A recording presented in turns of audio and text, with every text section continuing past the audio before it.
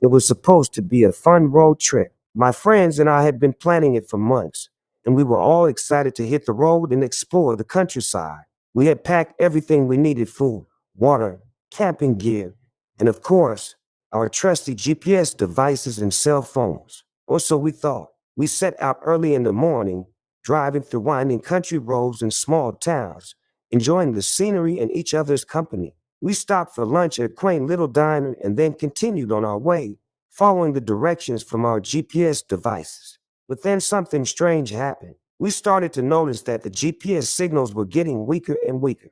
At first, we thought it was just a glitch or a temporary issue, but soon we realized that we were completely lost. We tried to use our cell phones to call for help, but there was no signal. We were stuck in the middle of nowhere, with no idea where we were or how to get back on track. At first, we tried to stay calm and rational. We knew that we had enough supplies to last for a few days, so we decided to set up camp and wait for help to arrive. But as the hours turned into days, we began to realize that we were truly on our own.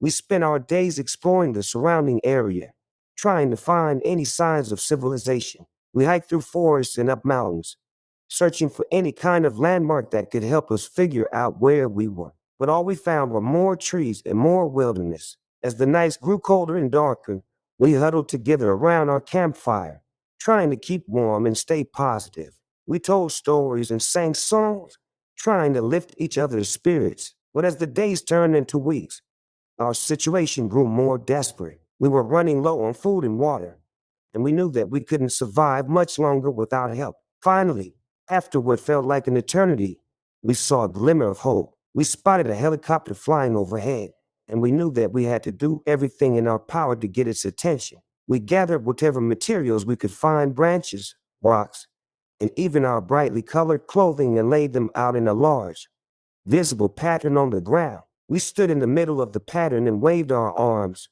shouting and screaming for help. And finally, the helicopter spotted us. It circled around overhead, and we could see the relief on the pilot's face as he realized that we were alive and in need of rescue. Within hours, we were airlifted out of the wilderness and back to civilization. We were exhausted and dehydrated, but we were alive, and we knew that we would never take our GPS devices and cell phones for granted again. That road trip was the most terrifying experience of my life, but it also taught me a valuable lesson. I learned that sometimes even the most advanced technology can fail us, and that we must rely on our own instincts and ingenuity to survive. And most importantly, I learned that the strength and support of our friends can make all the difference in the world.